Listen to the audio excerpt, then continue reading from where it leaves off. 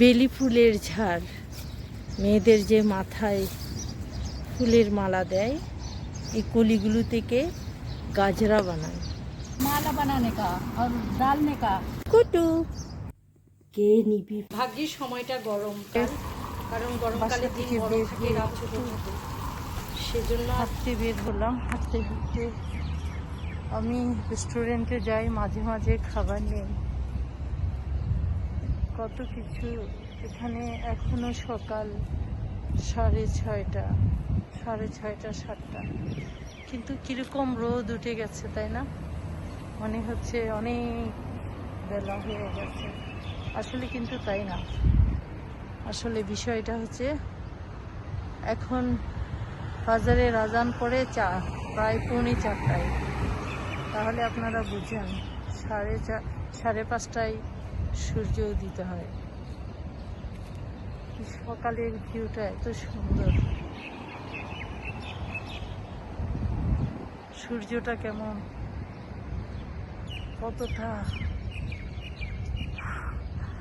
কতটা লাল টকটকে হয়ে উঠছে। এখন তো অনেক গরম পড়ছে।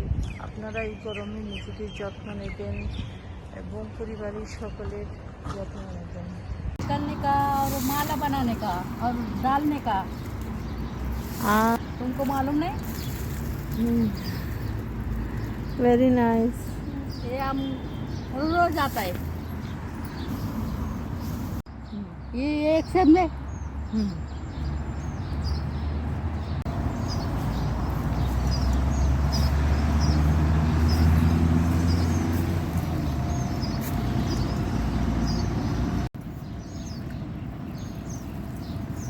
বেলি ফুলের ঝাড়, মেয়েদের যে মাথায় ফুলের মালা দেয়, এই কলিগুলো থেকে গাজরা বানায়। সকালে একটা আন্টি এসে এখান থেকে গাজরা নিয়ে যায় গাজরা বানাতে।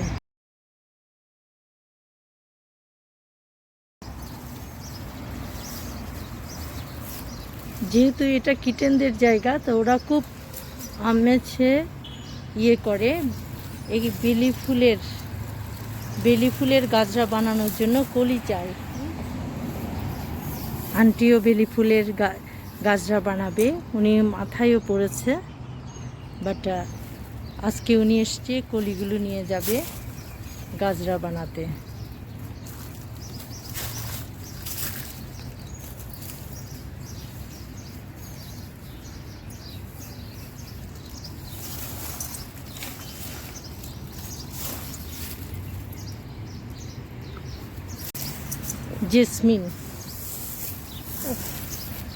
জেসমিন বেলি ফুলের ঝাড়, বেলি ফুলের ঝাড়ে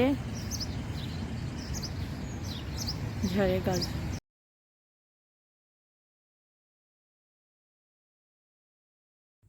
কে নিবি ফুল, কেই নিবি ফুল।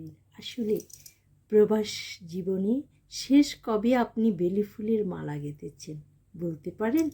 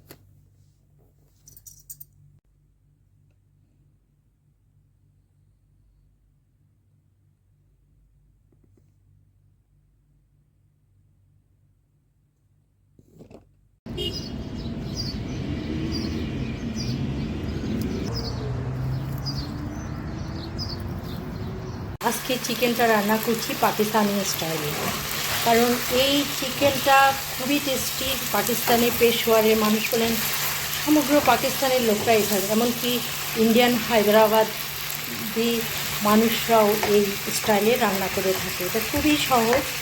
আপনি একটু লবণ মাখিয়ে চিকেনটাকে ফ্রাই করে নেবেন, খুবই সহজ এটা, এবং খেতে অনেক টেস্টি।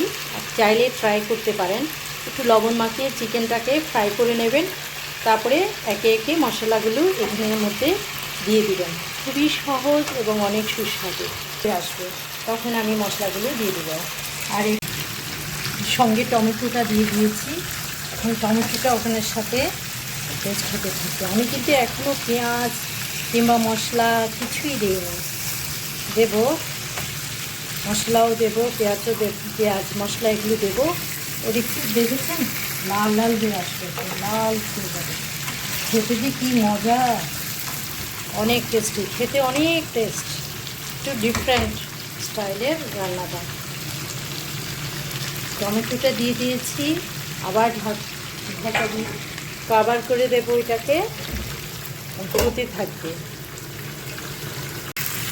দেখেন এই যে টমেটোগুলো কীভাবে গলে গেছে। এই যে টমেটোর যে খোসা আছে এটা আলগা হয়ে যায়।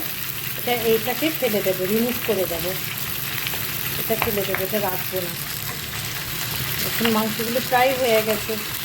এখন একটু কষা মশলা দিয়ে কষিয়ে নেবো। ভাগ্যিস সময়টা গরমকাল, কারণ গরমকালে দিন বড় থাকে, রাত ছোট থাকে, সেজন্য আর এত কষ্ট করতে হয় না। দেখেন মশলাগুলো দিয়ে দিয়েছি, মাংসটা কেমন হয়েছে। এখন শুধু দেব ধনেপাতা আর গ্রিন চিলি, কোরিয়ান্ডার লিভ আর গ্রিন চিলি দিয়ে দেব। তো দেখেছেন। আর এদিকে পোলাও,